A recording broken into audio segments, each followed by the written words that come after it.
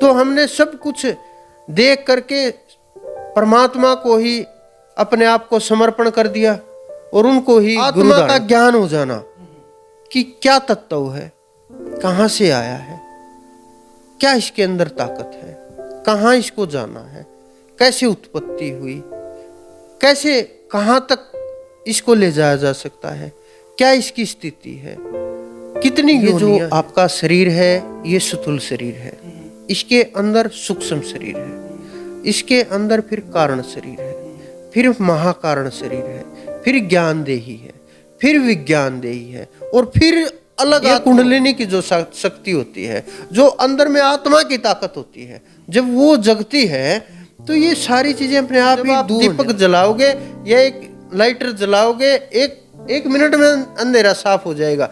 उसी प्रकार से ये रोग एक पल में जन्म नहीं हो तो फिर साधना किस लिए है, फिर ये संसार किस लिए है, फिर ध्यान किस लिए है, फिर एकाग्रता किस लिए है, फिर परमात्मा का जो महत्व है वो क्या रहेगा, फिर खोज क्या रहेगी, फिर आत्मज्ञान किस लिए है, फिर हमारे जो वेदों में लिखा हुआ वो किस लिए है, जो गीता में उसने समय आकर के बोला वो किस लिए है, कि जन्म जन्मांतर के अंतिम जन्म में जब योग सिद्ध होता है तब मेरी प्राप्ति होती। नमस्कार जी, आप सबका स्वागत है।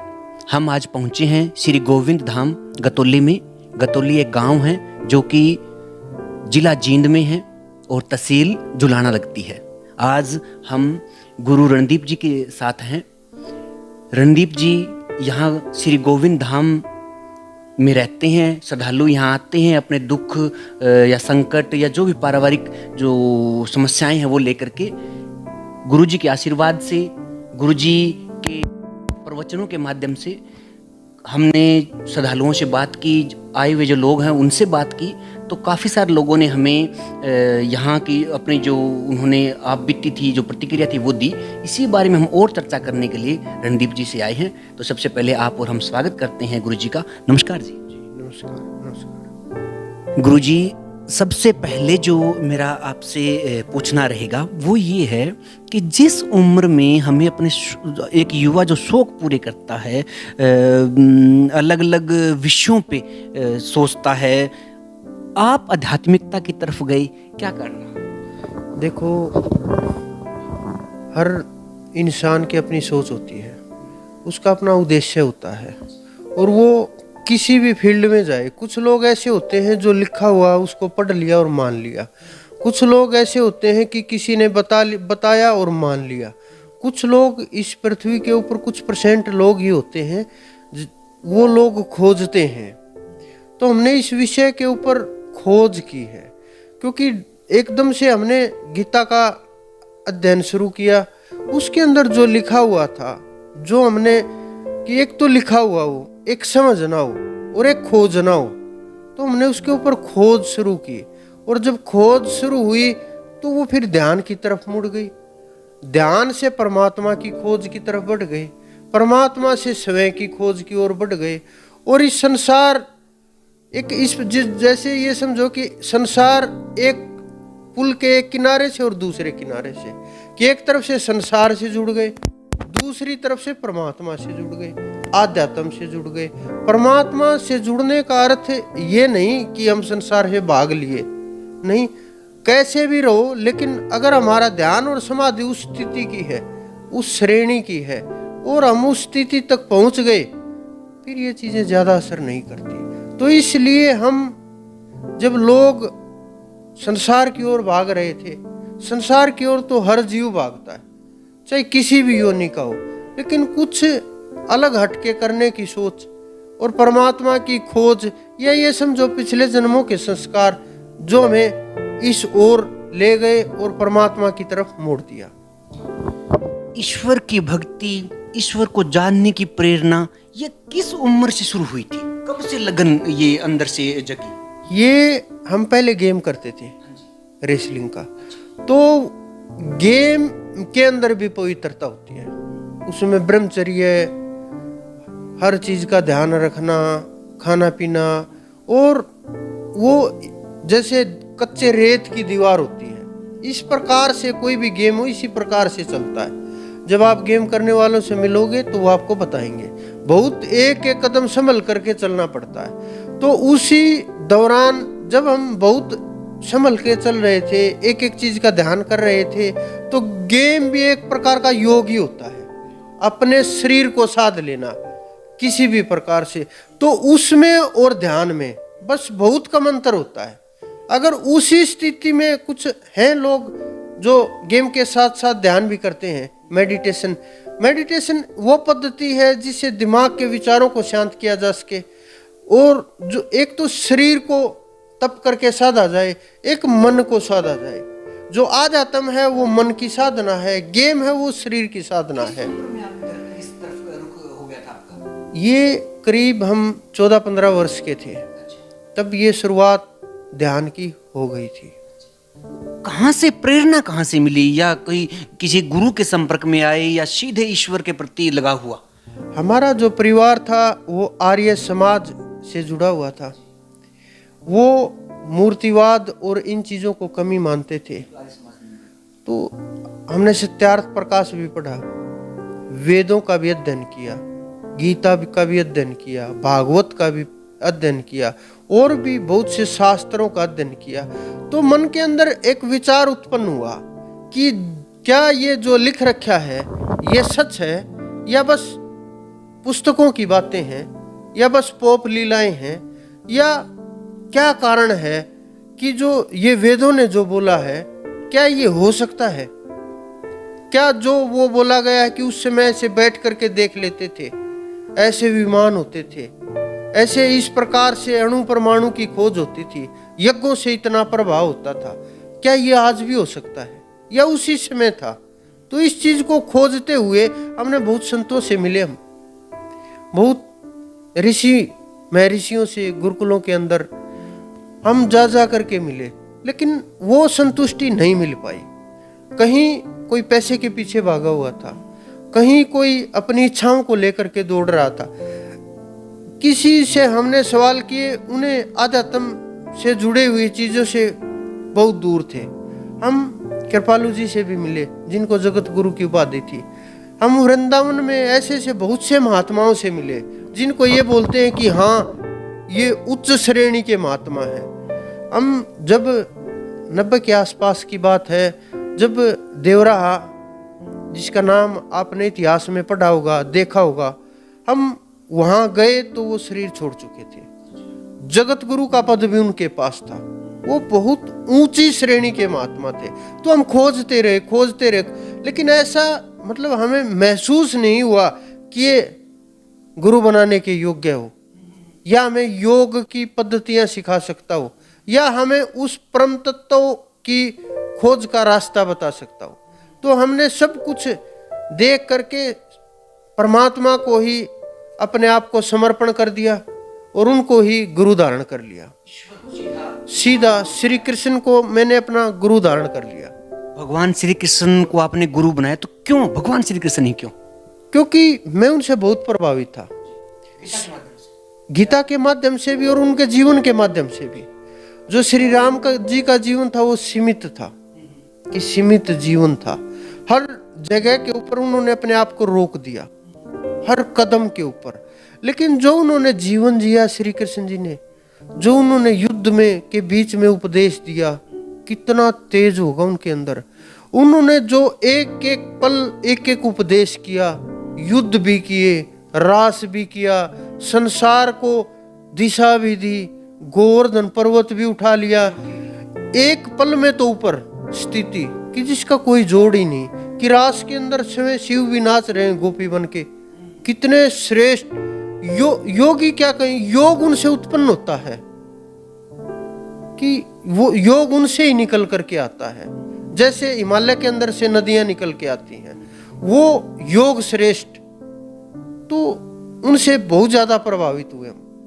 मतलब आपको लगा भी अगर कोई परम सत्य या सब चीजें अगर किसी से सीखी जा सकती तो वो भगवान कृष्ण है? जी बिल्कुल। तो गुरुजी एक बात और, आपके नाम के आगे हमने आध्यात्मिक गुरु भक्तों भी से भी सुना और हमने पढ़ा भी जगह जगह। आजकल जो उपदेश देने वाले हैं, बाबा संत लगाते हैं, तो आप अध्यात्म क्या है थोड़ा सा हमारे देखने वालों को। आजकल आध्यात्मिक गुरु बहुत कम है। जब मुझे 20/6/2009 में गुरुपद की प्राप्ति हुई, उस समय पर ईश्वर परमात्मा के द्वारा निर्धारित किए हुए इस पूरी पृथ्वी के ऊपर केवल मात्र 14 गुरु थे, केवल मात्र। और 169 आदमी ऐसे थे जिनको परमात्मा की प्राप्ति हो चुकी थी उस समय के ऊपर 2009 में। लेकिन उसके बाद 2 चले गए और 1 अभी तैयार हो रहे हैं। तो ये जो सिस्टम होता है ये परमात्मा द्वारा निर्धारित होता है। लेकिन आजकल धर्म गुरु ज्यादा हो गए हैं, आध्यात्मिक गुरु नहीं, नाम मात्र के धर्म गुरु कि मैं मुस्लिम धर्म गुरु हूँ, मैं हिंदू धर्म गुरु हूँ, मैं ईसाई धर्म गुरु हूँ और मैं सिख धर्म गुरु हूँ। धर्म गुरु बहुत हो गए हैं, लेकिन जो आध्यात्म के सार को जानने वाले हैं, ये आध्यात्म का अर्थ होता है स्वयं की खोज कर लेना, कि जैसे आपने अपने आप को खोज लिया, क्योंकि परमात्मा सबके अंदर है। अपनी आत्मा को जानना। हाँ बिल्कुल बिल्कुल, अपना आत्मा का ज्ञान हो जाना कि क्या तत्व है, कहाँ से आया है, क्या इसके अंदर ताकत है, कहाँ इसको जाना है, कैसे उत्पत्ति हुई, कैसे कहाँ तक इसको ले जाया जा सकता है, क्या इसकी स्थिति है, कितनी योनियां हैं। मतलब संसार का जो चक्कर है इससे लेकर के और उस परम तत्व तक की विचार विहीन स्थिति, ब्रह्म तक पहुंच जाना। ईश्वर क्या है, अध्यात्म क्या है, इनके बारे में हमने गुरुजी से बात की। अब एक जो अलग पहलू गुरुजी के साथ जुड़ता है वो ये कि एक तरफ गुरुजी अध्यात्म की बात करते हैं, दूसरी तरफ यहाँ हमने देखा कि जो नेगेटिव एनर्जी जिसको आप नाम दे रहे हो, नकारात्मक ऊर्जा, भूत प्रेत, इनके बारे में आपके क्या विचार है? देखो, संसार के अंदर 2 प्रकार की शक्तियां हैं, देव शक्ति, राक्षसी शक्तियां, नेगेटिव एनर्जी, पॉजिटिव एनर्जी। तो ये 2 प्रकार की शक्तियां आज से नहीं है, ये सदा से ही चली आ रही हैं। आप इतिहास उठा करके देखोगे, देवताओं के युद्ध हुए हैं। हमारे जिनको हम ईश्वर मानते हैं, विष्णु जी, जिनको हम श्रेष्ठ देवता मानते हैं, शिव, रुद्र, ब्रह्मा जी, माँ जगदम्बा, जितने भी हम नाम लेते हैं, सबके आसुरी शक्तियों के साथ युद्ध हुए हैं।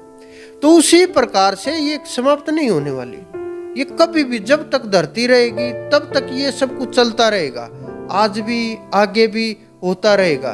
तो जब नेगेटिव एनर्जी प्रभावशाली होती है तो संसार में, ये नहीं कि केवल परिवार के अंदर, संसार के अंदर भी युद्ध शुरू हो जाते हैं, महामारियां शुरू हो जाती हैं और विपदाएं, प्रकृति अपना प्रभाव करने लगती है किसी भी रूप में, चाहे बाढ़ के रूप में, समुद्र के अंदर ज्वार भाटा आने शुरू हो जाएंगे, सुनामी आनी, मतलब प्रकृति अपना प्रभाव करती है।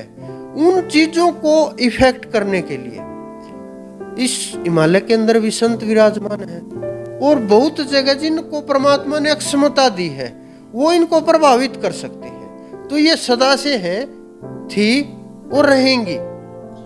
आपने कहा कि जब से संसार यहाँ संसार है तभी से ही असुर और सुरों के बीच की लड़ाई रही है। पहले जो लड़ाई होती थी वो फिजिकली होती थी कि अगर असुर है तो वो सामने खड़ा है। हम जो भूत प्रेत की बात कर रहे हैं अभी के आज के जीवन में, कितना का उनका लोगों पे असर होता है और समाधान क्या होता है आपकी हिसाब से, क्या समाधान होता है? देखो, ये एनर्जी होती है और ये नहीं कि केवल हिंदू धर्म के अंदर है, सनातन धर्म के अंदर है, ये सब धर्मों को मानते हैं कि सब धर्मों के जो लोग हैं वो किसी न किसी रूप में, इनके नाम हैं, नाम अलग अलग हो सकते हैं लेकिन एनर्जी तो वही है ना। तो इसके ऊपर इफेक्ट किया जा सकता है और बहुत ज्यादा हद तक इफेक्ट किया जा सकता है। बनती क्यों है? आदमी की मृत्यु हो ये शरीर, ये जो आपका शरीर है ये स्थूल शरीर है, इसके अंदर सूक्ष्म शरीर है, इसके अंदर फिर कारण शरीर है, फिर महाकारण शरीर है, फिर ज्ञानदेही है, फिर विज्ञान देही है और फिर अलग आत्मा होती है। लेकिन जो हमारे साधारण लोग हैं वो ये मानते हैं कि ये 5 तत्वों का शरीर समाप्त हो गया तो समाप्त होते ही और आत्मा अलग हो गई। ऐसा नहीं है, फिर शुरू होता सूक्ष्म शरीर और वो जो सूक्ष्म शरीर होता है उसकी गति नहीं होती। कुछ लोग ऐसे होते हैं या तो वो ज़्यादा नेगेटिव होते हैं या ज़्यादा पॉजिटिव होते हैं, या अकाल मृत्यु चले जाते हैं, आत्महत्या वगैरह कर लेते हैं, या कुछ जगह ऐसी हो जाती हैं नेगेटिव एनर्जी, या जिस प्रकार से आप जेल के अंदर जाओगे साधना करोगे बहुत जोर पड़ेगा आपको साधना करने में, कोई अपराधी तो आसपास होगा बहुत ज़्यादा जोर लगेगा कि कैसे मन को लगाएं, कैसे एकाग्र करें, क्योंकि वहाँ वाइब्रेशन नेगेटिव हो जाती है। लेकिन अगर हम वही अगर मंदिर में बैठ के करेंगे जहाँ रोज साधना की जाती है, या हमारे जहाँ ऋषि मुनि हुए हैं या अवतार हुए हैं वहाँ बैठ के साधना करेंगे तो एकदम से मन लग जाएगा। तो उसी प्रकार से इस एनर्जी के ऊपर इफेक्ट किया जाता है, उसको तोड़ दिया जाता है। जिस प्रकार से अग्नि जला दी जाए अंधेरा अपने आप समाप्त हो जाता है। तो ये जो एनर्जी होती है, नाम की जो ताकत होती है, ये कुंडलिनी की जो शक्ति होती है, जो अंदर में आत्मा की ताकत होती है, जब वो जगती है तो ये सारी चीजें अपने आप ही दूर होने लगती है। रोग से ले ये रोग से लेकर के और जो ये तमोगुणी चीजें हैं ये सब अपने आप दूर होने लगती हैं। जो कुंडलिनी शक्ति है उसका नाभि के अंदर वास होता है, वो 2.5 चक्कर लगाए हुए हर मनुष्य के अंदर होती है। ये नहीं कि केवल मनुष्य के अंदर, स्त्रियों के अंदर भी, पुरुषों के अंदर भी, क्योंकि आजकल एक चला हुआ है कि पुरुष श्रेष्ठ है स्त्रियां कमजोर हैं। तो ये बराबर की बातें होती हैं और ये नाभि के अंदर में 2.5 चक्कर लगा करके बैठी होती है। जब हम योग की साधना शुरू करते हैं, ध्यान की साधना शुरू करते हैं, या हम उसकी कुंडलिनी को जगाने के लिए शक्तिपात करते हैं, तो वो वहाँ से खुलना शुरू हो जाती है और मूलाधार के माध्यम से शुरू होकर के और चढ़ाई शुरू हो जाती है उसकी। तो जब वो खुलता है ना, वो चक्कर खुलता है, तो ये चीजें अपने आप ही साफ होने लगती हैं। जैसे अग्नि जली, वो अंधेरा ये नहीं कहेगा मैं 1000 वर्ष से पुराना हूँ, मैं तो इतने साल पुराना हूँ। जब आप दीपक जलाओगे या एक लाइटर जलाओगे, एक मिनट में अंधेरा साफ हो जाएगा। उसी प्रकार से ये रोग एक पल में ही समाप्त हो जाते हैं, इतना प्रभाव होता है उस चीज का। गुरुजी से हम बात कर रहे हैं आध्यात्मिकता के बारे में। एक जो पर्सन मेरा और है वो ये है पुनर्जन्म के बारे में। गुरुजी आपके क्या विचार है? देखो, आप तो पत्रकार हो, आपने ऐसे लोगों से आप मिले भी होंगे जिन्होंने ये कहा कि पुनर्जन्म हुआ है, मैं पुनर्जन्म से आया हूँ। ऐसे बहुत से इस संसार के अंदर उदाहरण चलते रहते हैं। ये मानव का जो चोला है ये जन्म जन्मांतर के बाद ही प्राप्त होता है।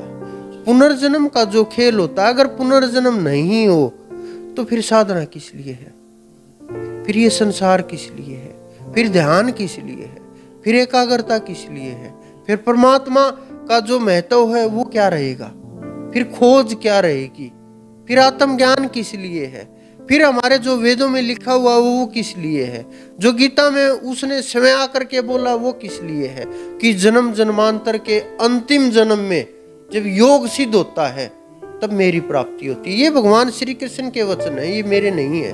तो हमारे ऋषियों में, मैंने नहीं, ऋषि मुनियों ने ये सिद्ध किया है कि जन्म होते हैं और ये सृष्टि चक्र है, ये चलता रहता है। और जितने भी योनियां हैं ये कर्म के आधार के ऊपर बांटे गए हैं और कर्मों के अनुसार ही ये शरीर प्राप्त होते हैं।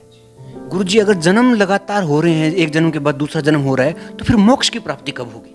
जब जिस प्रकार से ये चैन चल रही है, आप समझो बाइक की चैन, साइकिल की चैन, जब तक ये चैन चढ़ी रहेगी वो चलता रहेगा पहिया। जब वो चैन की कड़ी निकल जाएगी वो चैन एकदम से उतर जाएगी और अपने आप ही जा करके रुक जाएगा। तो जब ये मोक्ष का अर्थ होता है जीवन मुक्ति, कि दोबारा से जन्म नहीं होगा, यानी वो रस्सी काट दी गई है, यानी वो चैन टूट गई है, कि ना किसी भी योनि में पैदा होगा, ना इस ये नहीं कि इस धरती के ऊपर नहीं आएगा। अनंत अनंत लोक हैं, वो किसी भी लोक में नहीं जाएगा। क्योंकि अगर धरती पर नहीं आया, पाताल में चला जाएगा, तलातल में चला जाएगा, रसातल में चला जाएगा, भू भुव स्व जन तप महर किसी न किसी लोक में चला जाएगा। है तो वो भी साधना ही, स्वर्ग में चले गए है तो वो भी भोग योनि ही। मुक्ति ये नहीं है। मुक्ति ब्रह्मा विष्णु महेश उन लोकों में भी मुक्ति नहीं है। उनसे आगे जो लोक है, शिवलोक है, साकेत लोक है, सतलोक है, अगम लोक है, अनामी लोक है, मणिद्वीप है, गोलोक है, बहुत से लोक हैं। लेकिन उनको चीरते हुए अंत में उस पूर्ण पुरुष तक पहुंच करके और फिर उसको भी अपने आप को उसमें मिटा देना। जैसे नदी सागर में मिल गई, नदी का अस्तित्व ही नहीं रहा कि सागर ही हो गया। तो जब आप उसका ही रूप हो जाओगे वहां तक पहुंच करके, ये नहीं रहेगा कि ये वो है या वो है, एक ही हो जाएगा, तो उसको जीवन मुक्ति कहते हैं। तो हमारे गुरुजी से खूब बातचीत हुई।